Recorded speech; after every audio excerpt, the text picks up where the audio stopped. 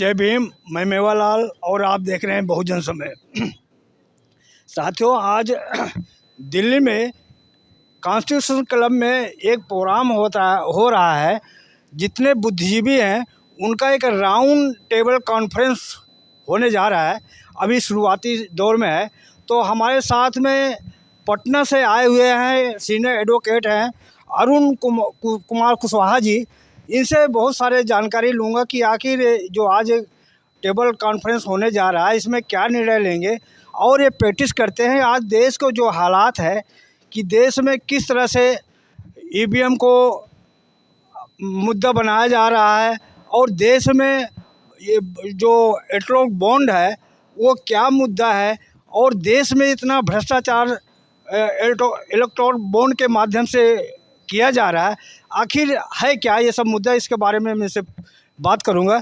Sir, सबसे पहले आपको जय भीम। जय भीम, नमो बुद्धाय।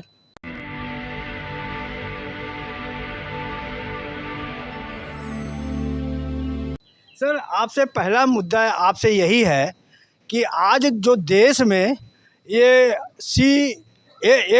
मोदी सरकार ला रहा है तो इसके पीछे क्या रीज़न है। क्या इंडिया के जो हिंदू हैं इनसे इनको वोट नहीं मिल रहा है, इसलिए पाकिस्तान, अफ़गानिस्तान, बांग्लादेश के हिंदुओं को ला रहे हैं। आपका क्या कहना है इस पे? मेरा देखिए, पूरे देश का मेरा क्या 90% हम लोग हैं एससी। भारत के संविधान में देश की जनता को 6 वर्गों में क्लासिफाई किया गया है, जिसमें शेड्यूल ट्राइब है, शेड्यूल कास्ट है, ओबीसी है, मोस्ट बैकवर्ड क्लास है, माइनॉरिटी है एंड जनरल क्लास। तो 6 classes are there in Indian constitution.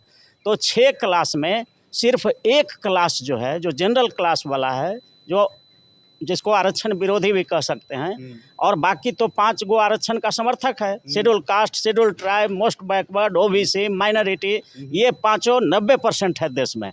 और ये 90% जो जनता है उसका ये मानना है कि सीएए हो चाहे मुस्लिम हिंदू के बीच जो भी तनाव पैदा कराया जा रहा है वो सिर्फ वोट ठगने के लिए किया जा रहा है। एससी, एसटी, एमबीसी, ओबीसी और माइनॉरिटीज का वोट ठगने के लिए हिंदू और मुस्लिम कराया जा रहा है। ऐसा कोई मुद्दा देश में नहीं है। और ये अपने आप में ये कुल्हाड़ी मार रहा है। नरेंद्र मोदी अपने आप पैर में कुल्हाड़ी मार रहा है। जब 90% जनता ये समझ जाएगा कि वोट के लिए तुम हिंदू और मुस्लिम कर रहे हो और हिंदू के नाम पर schedule caste, schedule tribe, OBC, minority को ठग रहे हो। रोक रहा हूँ थोड़ा सा। और क्या ये जो सीए ला रहे हैं कि हिंदू मुस्लिम का कार्ड खेल रही है? बिल्कुल, एकदम सीधी सी बात है कि हिंदू के नाम पर हम वोट ठगेंगे। अरे भाई, तुम हमको जब हिंदू मानते हो और राष्ट्रपति हमारे शेड्यूल कास्ट के हैं, अगर वो हिंदू होते और मंदिर में जाते हैं तो तुम धुलवाते हो। तुम कहाँ हमको हिंदू मान रहे हो? नरेंद्र मोदी तो खुद लालू यादव ने कहा कि हिंदू नहीं है, क्योंकि उसके माँ बाप मरे तो उसने बालें नहीं कटवाया, बाल नहीं छिलवाया, दाढ़ी नहीं छिलवाया। अजीब आप ऑब्जेक्शन लगा रहे हैं मोदी को, भाई हिंदू नहीं है। मोदी कैसे हिंदू धर्म को मानता ही नहीं है। माँ बाप जो मरे, उनकी माँ मरी तो उसने तो बालें नहीं छिलवाया, तो वो अपने आप भी हिंदू नहीं है। वो हिंदू कार्ड खेलता है सिर्फ ही अपना वोट के लिए कि हम पूरा हिंदू के नाम पर शेड्यूल कास्ट का, शेड्यूल ट्राइब का, मोस्ट बैकवर्ड का, ओबीसी का, माइनॉरिटी का वोट ठग ले, खींच लें। लेकिन इतना आसान नहीं है। ये अम्बेडकर का देश है, ये गौतम बुद्ध का देश है, ये बाबा साहब भीमराव अम्बेडकर, बिहार लेनिन अमर शहीद जगदेव प्रसाद का ये देश है। यहाँ एक एक गतिविधि पर हम लोग ध्यान रखे हुए हैं। और इस बार अगर 100 से पार कर गया बीजेपी तो फिर हमसे बात करिएगा। इतनी स्थिति इनकी खराब है कि सड़ा पचका हुआ पार्टी को भी अपने साथ वो लाने से बाज नहीं आ रहे हैं। बिहार में देखिए, जिसका एक वो एमपी नहीं है, उपेंद्र कुशवाहा है। आप देखिए, मुकेश सहनी है, जिसका एक भी एमपी नहीं है, उसको भी चाह रहा है कि हम किसी तरह। तो इतना डर क्यों भाई? तुम्हारा जब इतना ज़्यादा समर्थन है तो इतना पागल की तरह सब चिट्ठी पिपरी रिजेक्टेड माल को क्यों जमा कर रहे हो अपने पार्टी में? इसका मतलब है कि बीजेपी हारने जा रही है। वो ईवीएम मशीन को हैक करना चाहती है, ईवीएम के द्वारा भी करना चाहती है। हिंदू मुस्लिम कार्ड, जिसका जितना समर्थन रहेगा, अभी सुप्रीम कोर्ट कह रहा है कि आंदोलन हो रहा है दिल्ली से, महमूद फराचा साहब और एक और कौन, भानु प्रताप एडवोकेट, दोनों मिलकर के तहलका मचाए हुए हैं कि आप जो है ईवीएम को हटा दो, बैलेट से कराओ।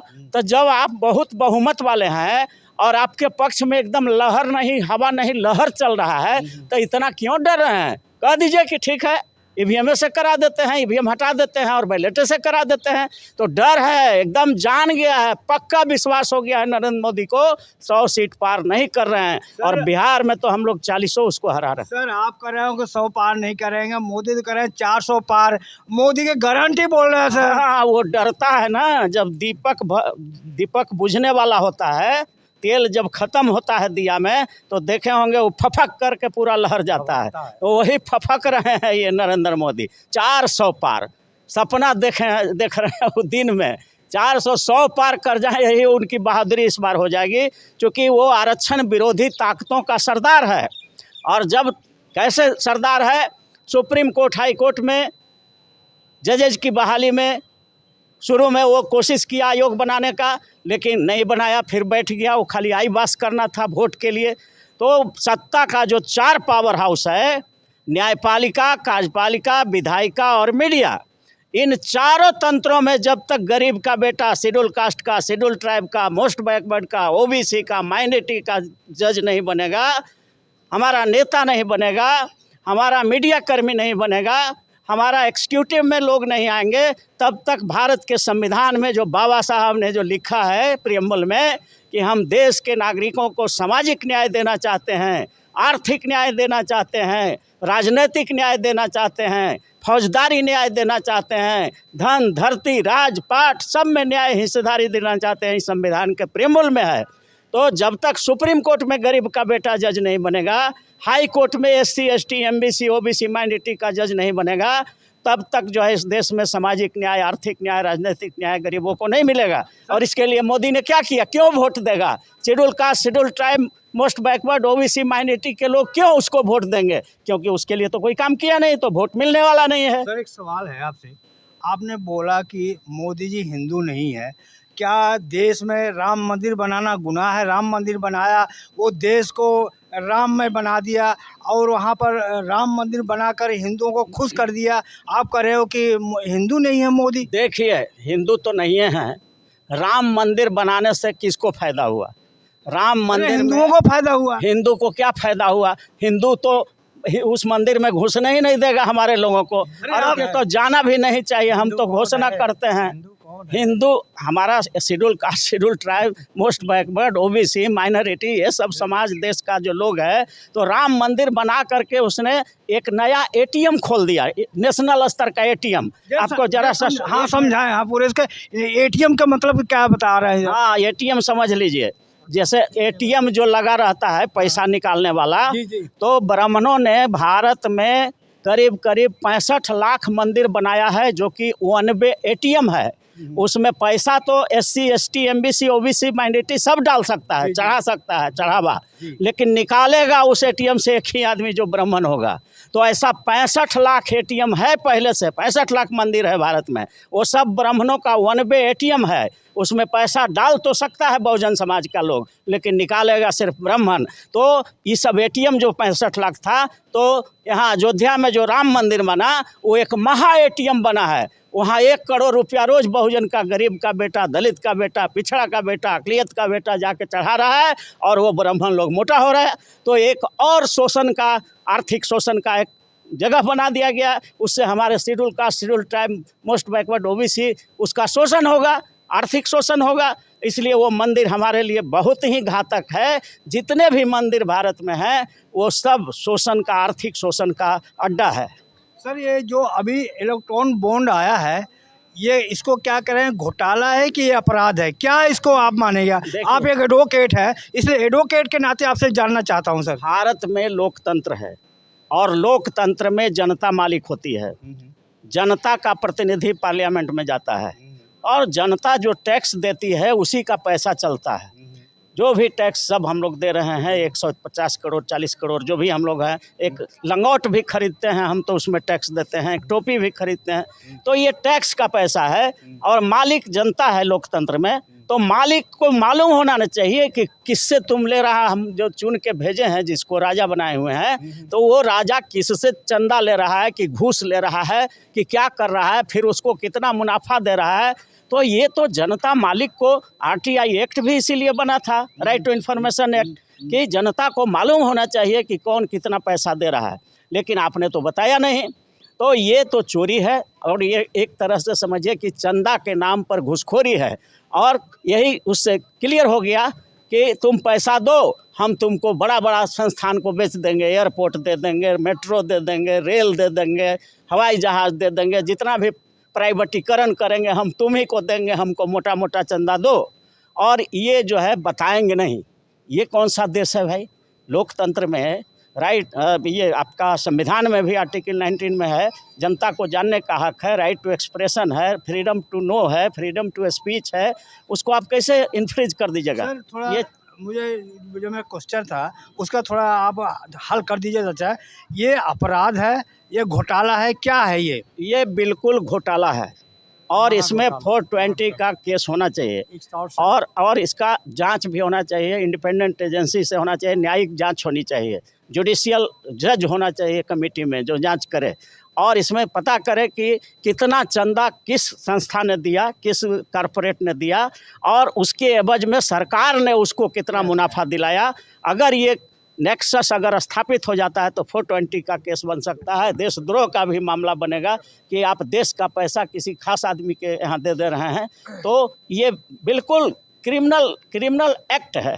सर अभी आपने एक चीज़ बताया, क्लियर किया कि ये अपराध है, ये महा घोटाला है। तो क्या इसमें जो एसबीआई का उसका क्या रोल है? पहले कोर्ट को तो मना किया कि हमको जून तक समय दो, लेकिन जब फटकार पड़ी तो 15 तारीख, आज 15 का शायद कल इन्होंने दे दिया है चुनाव आयोग को।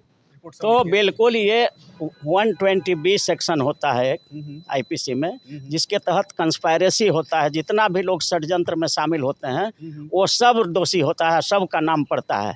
तो अगर हम तो मांग करेंगे ऑनरेबल सुप्रीम कोर्ट से कि इसमें सुओ मोटो कॉग्निजेंस लिया जाए और FIR लॉन्च करने का डायरेक्शन दिया जाए, और इसकी न्यायिक जांच कराई जाए सुप्रीम कोर्ट के एक सिटिंग जज के द्वारा, और देखा जाए, नेक्सस देखा जाए कि इसमें SBI का कितना इन्वॉल्वमेंट है, और जो देने वाले लोग कॉर्पोरेट हैं उसका, और लेने वाले लोग का क्या इन्वॉल्वमेंट है, और उस पर FIR लॉन्च करके और इसका कड़े ढंग से इन्वेस्टिगेशन करके जो दोषी पाए जाएं उनको सजा दिलाया जाना चाहिए। सर एक थोड़ा सर आपसे एक लास्ट एक सवाल आपसे पूछ रहा, बाकी इन दोनों से पूछूंगा। आपसे एक लास्ट सवाल है सर, कि जो EVM का मुद्दा है, चुनाव आयोग तो इसको बोल ही नहीं रहा कि हम उसे बैलेट पेपर से चुनाव कराएंगे, वो तो EVM पर लगा हुआ कि EVM से कराएंगे। इसका ऑप्शन क्या है? कि अभी मैंने एक वीडियो देखा था उसमें कि अगर हर एक लोकसभा से अगर 1000 अगर कैंडिडेट लड़ते हैं तो मजबूरन उनको बैलेट पेपर से चुनाव कराना पड़े। आप वकील के नाते आप क्या सजेशन देंगे? हमारा सजेशन वकील के नाते नहीं, बल्कि देश के गरीब जनता के हित में, जनता की इच्छा ही सर्वोपरि होती है। लोकतंत्र में जनता ही मालिक होती है, जैसा कि अभी हमने कहा भी। तो जनता की अगर इच्छा है कि EVM को हटा दिया जाए और बैलेट पेपर से करा लिया जाए, तो तुम जब बहुमत में आने का 400 पार का दावा कर रहे हो तो डरते क्यों हो भाई? कहो न कि EVM से जैसे कहो वैसे ही करा देते हैं। तो ये डर है, वो पक्का जानता है कि EVM मैनेज नहीं करेंगे तो 100 पार नहीं करेंगे, इसलिए वो परेशान है। कभी हिंदू का मुद्दा, कभी मुस्लिम का मुद्दा, कभी EVM का मुद्दा, माने उसको जीतना है एन केन प्रकार। और ये तो बिल्कुल आप सब जान रहे हैं कि भारत में अभी जो सरकार चल रही है EVM और ED का सरकार है। तो बिहार में तो हम लोग नारा दिए हुए हैं कि EVM ED की सरकार नहीं चलेगी, नहीं चलेगी। इन्फोर्समेंट डायरेक्टरेट है ना, प्रवर्तन निदेशालय, वो सब जितना जो गरीब गुरबा बैकवर्ड दलित पिछड़ा अति पिछड़ा का जो नेता है, जरा सा भी बेचारा के पास चंदा उंदा आ गया, पैसा जमा हो गया, फट से जा करके उसको छापा मार के सीज कर रहा है। ये हिटलर का थ्योरी है। हिटलर जो था उसका थ्योरी था कि किसी राज्य को कब्जा करना है तो पता करता था कि उसको कहाँ से सोर्स ऑफ इनकम कहाँ से है, और वो सब पहले डैमेज कर देता था। जब भूखे मरने लगती थी उसकी जनता तो उसको जाके हमला करके कब्जा कर लेता है। तो वही हिटलर का देखिएगा। और RSS का जो ड्रेस कोड है, हाफ खाकी का पैंट और हाफ खाकी का शर्ट, ये हिटलर भी पहनता था। और आरएसएस का भी वही ड्रेस है, देखिएगा हिटलर का और आरएसएस का ड्रेस मिलाइएगा, नेट पर है, उसको मिलाइएगा, वो उसी के सिद्धांत पर ये लोग चल रहा है कि इतना गरीबी पैदा कर दो, इतना भारत में बेरोजगारी पैदा कर दो, इतना लाचारी पैदा कर दो कि एक मुट्ठी चावल खिला दे तो हमको वोट दे दे। ये स्थिति पैदा करना चाहते हैं, वो हो रहा है। 5 किलो चावल दिया जा रहा है, उस पर हमारे आदमी भूखे मरने लगता है तो कहता है दे दो, 5 किलो दे रहा है ना। तो ये स्थिति हिटलर के थ्योरी पर चल रहा है। इसमें schedule caste, schedule tribe, most backward और माइनॉरिटी समाज मारे जाएंगे। इसलिए हम अपील करना चाहते हैं देश के 120 करोड़ जो हमारे लोग हैं SC ST MBC OBC minority के, कि सब इस बार यूनाइट हो जाओ और एक भी वोट अपने समाज का आरक्षण विरोधी भाजपा और RSS के पक्ष में नहीं जाना चाहिए और सब हमारे बहुजन समाज के लोग को जीत के आना चाहिए। हालांकि वो भी हमारे ही लोग को टिकट दे रहा है। तो इस अब एक लड़ाई का मोड थोड़ा सा हमारे लोग को बदलना पड़ेगा। हमारे समाज के गद्दार कौन नेता हैं और वफादार कौन है, उसका लिस्ट जारी करना होगा, समझना होगा। समाज के गद्दार नेता वो हैं जो आरक्षण का विरोध करते हैं और समाज के वफादार नेता वो हैं जो आरक्षण के लिए मर मिटने के लिए तैयार हैं, SC ST OBC के आरक्षण के लिए। तो हम समाज के गद्दारों को पहचानना होगा, उसको बाइकआउट करना होगा, समाज के वफादार जो MP खड़ा है उसको जिताना होगा। ये हमारी जनता की भार है, हमारी नेताओं का भार। धन्यवाद सर। सर आप अपना परिचय बताएं कि आप कहाँ से हैं। तो अभी जो आपने बात कही कि मोदी हिंदू नहीं है, तो उस पर मैं थोड़ा आपसे आपका व्यू जानना चाहता हूँ, किस आधार पर आप करें कि मोदी हिंदू नहीं है। मैं प्रोफेसर रामनरेश चौधरी गोरखपुर से, और गोरखपुर विश्वविद्यालय में मैं लॉ का प्रोफेसर था, हेड और डीन था, और तमाम सामाजिक संस्थाओं से जो प्रदेश में हैं, ज़िले में हैं, उनसे मैं संबद्ध हूँ। जो आपका ये प्रश्न है कि मोदी हिंदू नहीं है, वो अभी हमारे वकील साहब श्री कुशवाहा जी ने आपको बताया कि वो सही में वो हिंदू नहीं है, क्योंकि हिंदू वो होता है जो हिंदू कर्म कांडों में विश्वास करता है। और वो जब जो कर्म कांड हैं, जैसा कि ऐसा स्पष्ट हुआ है कि अपने माता जी के दत्त हुआ, उसमें उसने बाल नहीं छिनवाया, नहीं किया, तो ये निश्चित है कि वो हिंदू धर्म की मान्यताओं से उनका कोई संबंध नहीं है।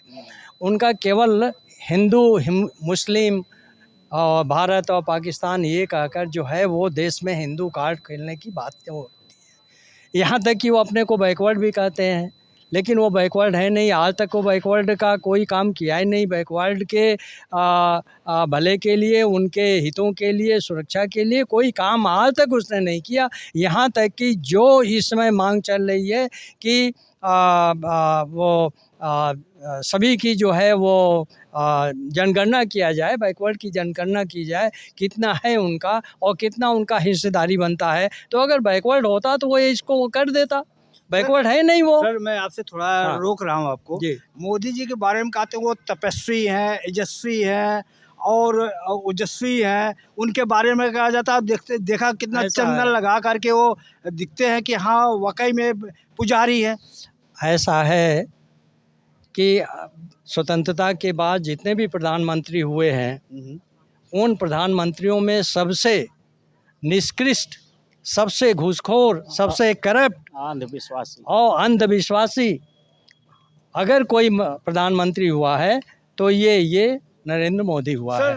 और मैं ये कहूँगा कि नरेंद्र मोदी के जगह पर अगर कोई भी सामान्य नागरिक बैठा दिया जाए तो नरेंद्र मोदी से वो अच्छा काम करेगा, इस देश को ऊंचाई पर ले जाएगा। और नरेंद्र मोदी ने देश को एकदम पाताल में ले गया है, एकदम जो है इसको नष्ट कर दिया है। सर मोदी का गारंटी बोल रहा है पूरा देश में। गारंटी किस बात की है? गारंटी जो है रोजगार ख़त्म करने की है, गारंटी जो है किसानों को जो है नेस्तानेबूद करने की है, गारंटी जो है वो आरक्षण को समाप्त करने की है, गारंटी जो है अनुसूचित जात, जनजात, बैकवर्ड, अति बैकवर्ड का जो आरक्षण है उसको समाप्त करने का है, संविधान समाप्त करने का है, ये उसकी गारंटी है। देश का पैसा विदेशों में भेजने का है और भ्रष्टाचार खुलेआम करने का, ये उसकी गारंटी है। चीन थर-थर काँप रहा है मोदी के नाम से सर। अरे चीन क्या कांपेगा? चीन का नाम लेने से ये कांपता है आदमी। 5,000 वर्ग किलोमीटर, ये 5,000 वर्ग किलोमीटर से ज्यादा चीन ने कब्जा कर लिया है भारत का। किलोमीटर ने चीन जो है जमीन को, भारतीय जमीन कब्जा कर लिया है। और चीन जो है 80% लोग बौद्धिस्ट हैं। और चूँकि भारत ने बुद्ध दिया है पूरे विश्व को और 80-84 कंट्री बुद्धिस्ट हो गया, और मोदी जा रहे हैं विदेश राम का टेम्पल लेकर के बुद्ध के नाम पे पैसा लाते हैं और यहाँ रामराज कर रहे हैं। तो मैं आपके बहुजन खबर के माध्यम से बिहार के 140 करोड़ जनता को बोलना चाहता हूँ कि मोदी हटाओ, देश बचाओ, संविधान बचाओ। क्योंकि ये देश डेमोक्रेटिक चलता है, संविधान चलता है। और ये लोग जो हैं, आज क्या हुआ, किसानों की हत्या हो रही है, दलितों की हत्या हुई, रातों रात क्या हुआ, आर्थिक आधार पे इकोनॉमिक विकास आरक्षण बिल लाया गया। तो मैं जो स्वर्ण जाति हरिजन है, मैं उसको ही बोलना चाहता हूँ, ए स्वर्ण जाति हरिजनों, तुमने आरक्षण लिया, संविधान बचाने के लिए आ जाओ। क्योंकि ये लड़ाई हिंदू राष्ट्र रहेगा या बुद्ध राष्ट्र रहेगा। तो मैं आपके चैनल के माध्यम से पूरे देशवासियों को अपील करना चाहता हूँ कि आज दिल्ली के कॉन्स्टिट्यूशन क्लब में संविधान बचाओ देश बचाओ जो एक राउंड टेबल कॉन्फ्रेंस की गई है, जिसमें हमारे बड़े भाई अरुण कुशवाहा साहब और एडवोकेट साहब राम विजय बाबू सब आए हुए हैं। तो मैं आपके माध्यम से, चूंकि देशवासियों में अभी क्या है 1 to 1, मतलब क्या हो, जहाँ पे बीजेपी कैंडिडेट खड़े होंगे, जहाँ पर बीजेपी कैंडिडेट खड़े होंगे या किसी जाति के कैंडिडेट खड़े हो, उसका हम लोग का नीति यही रहेगा कि वहाँ पर बीजेपी को जो हराएगा उसको हम जिताने काम करेंगे, तभी ये मोदी देश से भागेगा। सर विजय बाबू, आपसे एक चीज़ पूछना चाह रहा हूँ, क्या अगर ईवीएम हटी तो बीजेपी घटेगी? ईवीएम से गड़बड़ी नहीं है, बैलेट पेपर से भी इलेक्शन होगा तो बहुत सारा बैलेट, जहां 80,000 कैपेसिटी होता है वहां 90,000 लोग बैलेट भर देते हैं, तो वहां भी गड़बड़ी है। ईवीएम का जो इम्प्लीमेंटेशन हुआ सुप्रीम कोर्ट के जजमेंट से, तो उसमें हमारा भी अहम भूमिका है ईवीएम लागू कराने में। जजमेंट में मेरा भी नाम है, लेकिन उस समय हम कहते थे कि हर ईवीएम में लोकल आईडी फीड करा दो, एसएसडी सिस्टम लागू करा दो, और उसमें कंसर्न आदमी आएगा तभी उसका वोट एक्सेप्ट होगा या पर्ची निकलेगा। सेक्रेट रखने का सिलसिला ये होगा कि आने के बाद उसका रिकॉग्नाइज्ड होगा। रिकॉग्नाइजेशन वोटिंग के ईवीएम में नहीं डाला जाएगा, केवल आईडी डाला जाएगा। वोट लेने के लिए किसने किसको वोट दिया ये उसमें लागू नहीं होगा। तो बहुत सारा अभी फिर सुप्रीम कोर्ट में लाएंगे जजमेंट सुधार के लिए, सुप्रीम कोर्ट को फिर एक उसमें रिट लाएंगे। तो बहुत सारा जो ईवीएम में गड़बड़ी आप है। कंफ्यूजन कर रहे हैं सर, पूरा देश जो है ईवीएम के खिलाफ है, तो दो बातें करें कि ईवीएम जायज भी है नाजायज भी है, दो बातें करें सर। ईवीएम जायज है, इसमें में कोई गड़बड़ी नहीं होती, जिसके फेवर में जनता का लहर होता है। सर आप एक मिनट सर, ये करें, ईवीएम जायज है, इसको चलाने वाले लोग गलत हैं। ईवीएम जो एक वोटिंग मशीन है, जिस तरह से संविधान जायज है, हो सकता है, संविधान जायज है और संविधान को चलाने वाले लोग गलत हैं, चुनाव आयोग तो संविधान गलत होगा। चुनाव आयोग सब इस्तीफा दे दिया, 3 गो में से 2 गो इस्तीफा दे दिया, तो क्या शो करते हैं, उस पर दबाव बनाया जा रहा था कि ईवीएम में 50,000 1 लाख पहले से फिट कर दो, तो वो नहीं किया तो उसको बाहर का रास्ता दिखा दिया। धन्यवाद। तो ये सब इन सब जो हमारे एडवोकेट हैं, इनके विचार से वो कितना सहमत हैं और हमारा प्रयास आपको कैसा लगा? मैं मेवालाल, बहुजन समाज, दिल्ली। धन्यवाद। जय भीम, जय भारत।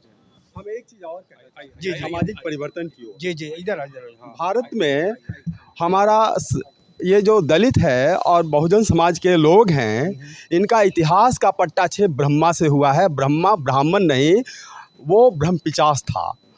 सुमेर पर्वत के पास छोटा सा पुजारी था, राजा पृथु यहाँ क्षीर सागर पर पुजारी बनाए। फिर उसने राजा पृथु को प्रसाद में पॉइजन दे करके मारा। फिर इन लोगों का चक्करचाल, इंद्र, नारद और इनके लबरधूत, कुकुरमुत्ता, विष्णु, शंकर, लफंगर लोग इनका वर्चस्व के लिए लबरधूधू करते गए और इन लोगों ने भारत को नाश किया। ये कुधर्म स्थापित किया है।